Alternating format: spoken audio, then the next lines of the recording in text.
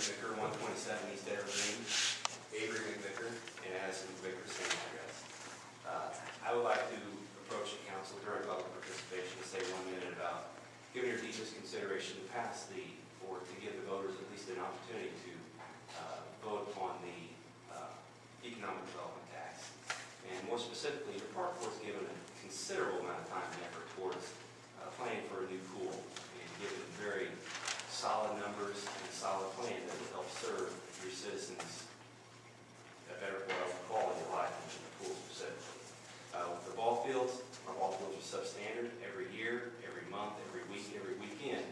The tournament passes Cameron because our fields are subpar. I wanted to mention this in public participation because I thought my girls might want to say something. You want to whisper it to me?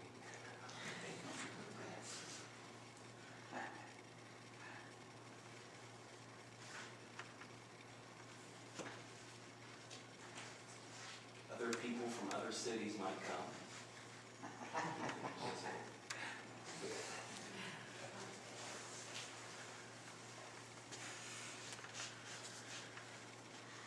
And other people from other cities will enjoy it and will tell other people to come here.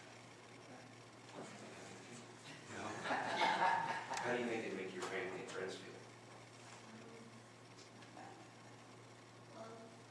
We have a lot of fun, and it would help us out with Dayton a lot more. It helps out with Aiden. Aiden is her brother, who is disabled. And that is another aspect of our pool. Our pool is not ADA compliant, and that is a huge thing for me and for my family. We as a community don't serve our elderly and our disabled population as well as we possibly could. I think that is a very big key to this new pool. Thank you. Yes, Thank you. Ken Osborn, 1207 Area Lane, Cameron, Missouri. I'll speak to the same proposition. We've been here before, and the memorandum of understanding that was spoken about is between the park board and EDOC. We both have worked a long time to do the same thing. Park board spent a lot of time on getting actual numbers for their pool.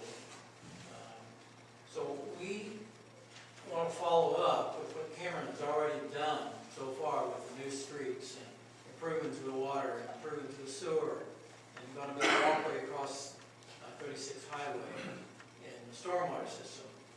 Great improvements, and our town is looking up, and we want to continue that with what we term here is quality of life issues.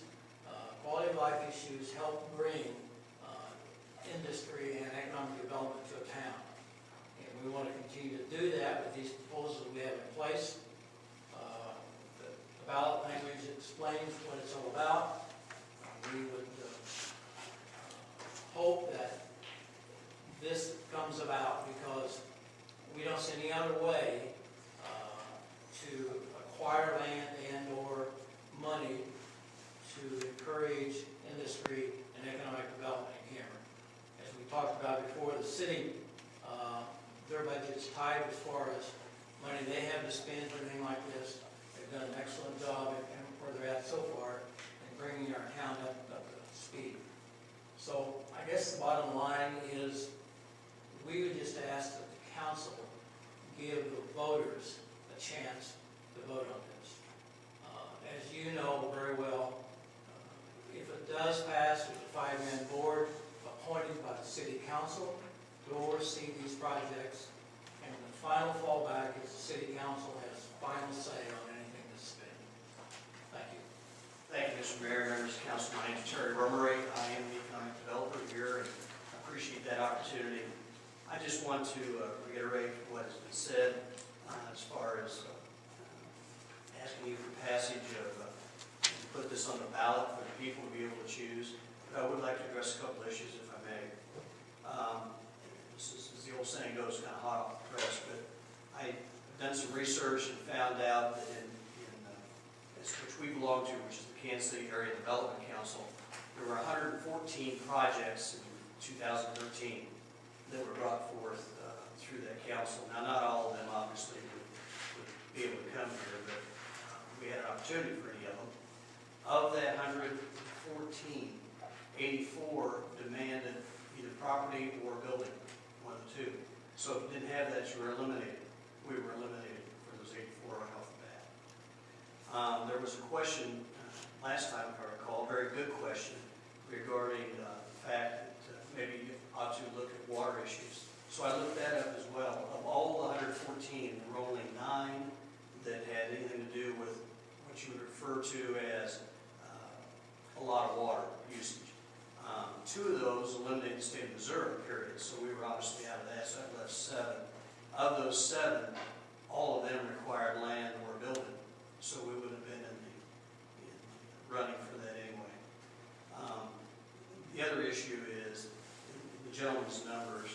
I mentioned like there was an additional $3.5 million there. That's not an additional $3.5 million. That's actually bond interest and carrying charges that have to go back. So it may generate 12, but you don't get to keep all 12. It should be more than you would under streets or anything else. So that's what I have to say. Again, I urge you to put this on the ballot for the people to choose. And thank you for your time. And thank you for the ability and pleasure and honor to be able to serve. Thank you very much. My name is Mark Garges. I live at 315 Oak Avenue here in Cameron. I just wanted to speak to the council and the chambers that I'm also in favor of and ask for your favorable support to put it on the ballot. I know there have been a number of public meetings that maybe not all have attended, you know, and the research that's been done behind it. It's not that we're just pulling something out of the air. We've looked at this and the things that are involved. As Terry said, besides the 80-some that needed, we also, there's a number that needed rail as well. And we don't have that. So what this group's tried to look for is items that we can address, that we can use, that we can build upon.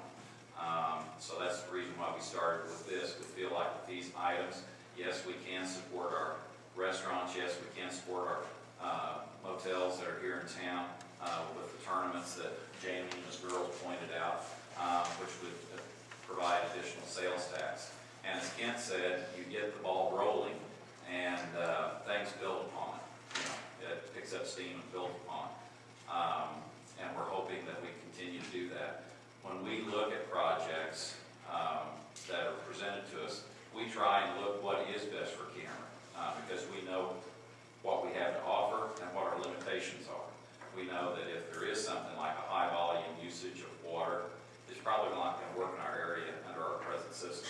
So sometimes we have to step back and hunt rather than throw the long pass. You know, I know the men and women that serve and work on these committees are concerned about Cameron, just as everyone on this council is, and we want what's all the best for Cameron. And you know, this is a start, and I think by putting it on there, we'll get an understanding of whether the people, you know, not just a small group, but people do want something like this, and hopefully it will, and we can build on this and keep the ball rolling in a positive direction for Cameron in the years ahead. Thank you. My name is Joe Abrutz. I live at 7387 Northeast Jones Road. You know, I've been here close to 23 years, and I don't think that there's ever been an effort, a team approach. You get the Economic Development Committee working together with the Park Board. And this is a team approach to try to do all they can to promote regional services for the area, in swimming, in athletics, and other projects that definitely promote quality of life. And as a hospital administrator, quality of life is big. And I, for one, would hope and pray that the City Council would allow this to be on the ballot and let the chips fall where they may. We appreciate your support for the team effort, Park Board and Economic Development Committee. This is a team approach to do all we can